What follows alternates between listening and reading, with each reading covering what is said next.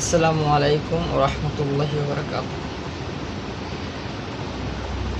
আমার এই ভিডিওগুলো যারা দেখছেন সবাইকে আন্তরিক মোবারকবাদ, ধন্যবাদ জানাচ্ছি। আর আমার এই পেজটি সবাই ফলোতে পাশে থাকবেন। আজকে কিছু কথা বলবো ছোট বাচ্চাদের মোবাইল আসক্ততা নিয়ে।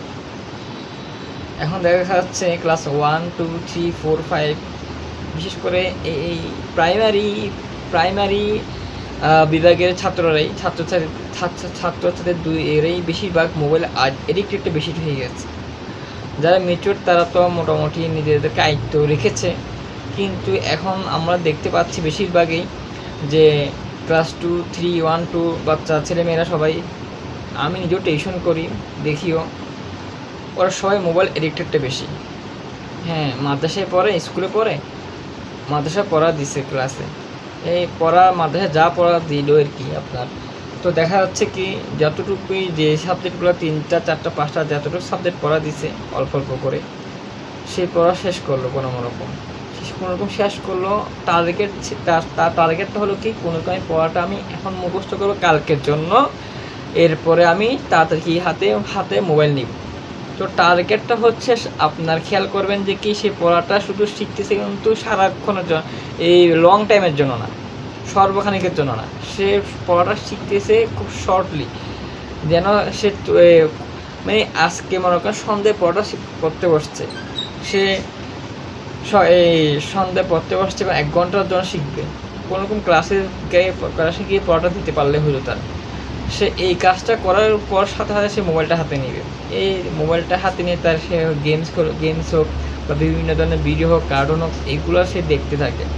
তো সে যে এখন মোবাইল দেখতেছে, আমরা গার্ডিয়ানরা কতটুকু সচেতন? আমরা কি একবার ডাক দিচ্ছি না জিজ্ঞেস করতেছি তুমি কি পড়া শিখছো, কি পড়ছো, আমাকে একটু পড়াটা দাও, এই মাদ্রাসায় পড়াটা কি দিছে, আমাকে পড়াটা যদি শিখছো আমাকে একটু লিখে দাও? আমরা গার্ডিয়ানরা কতটুকু সচেতন? আমরা তো এইদিকে খুব উদাসীন। এখন তো আমরা আমাদের ইয়াং জেনারেশন, আমাদের বাবা মারও তো ঠিক সেমনই হয়ে গেছে। ওরাও নিজেরও ফোন নিয়ে বসে থাকে, বাচ্চাদেরকেও একটা ফোন নিয়ে বসে থাকে, শেষ। আর দেখা যাচ্ছে বিশেষ করে মায়েরা যখন রান্না করে, হ্যাঁ, বাচ্চারা প্রথমে বাবা কি পড়া হয়েছে, হ্যাঁ হয়েছে, এখন কি করতেছে ওরা মোবাইল একটা হাতে দিল, এই মোবাইলে গেমস খেলুক বা ভিডিও বিভিন্ন কিছু দেখুক, কার্টুন মার্টুন দেখুক।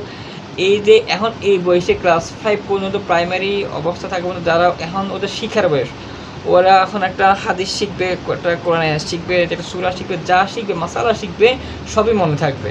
কিন্তু যখন এইটা পার হয়ে যাবে, এই লেভেলটা প্রাইমারি লেভেলটা পার হয়ে দাখিলে যাবে, তখন তার ওই ম্যাচুয়ারটা, তার ওই শিখার হেফজটা তখন তার মাথায় আর থাকবে না।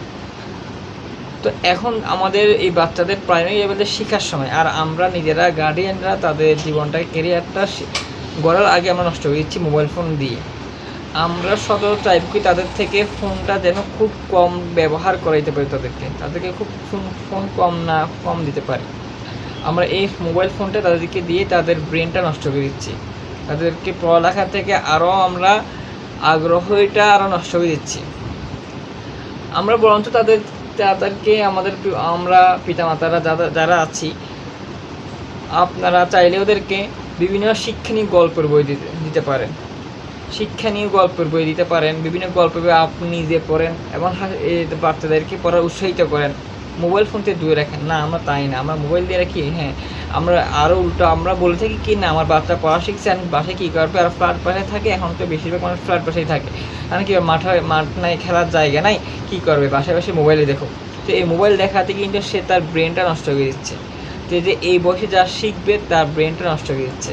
তা আমরা চাইবো যে আমাদের বাচ্চাদেরকে ওই মোবাইল ফোনটা থেকে, প্রাইমারি লেভেলে ছাত্রছাত্রী যারা আছে বাচ্চাদের সবাইকে যেন এই মোবাইল ফোন থেকে দূরে রাখি এখন।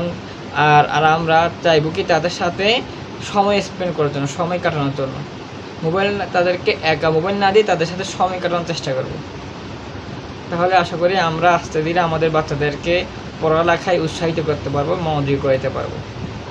ধন্যবাদ।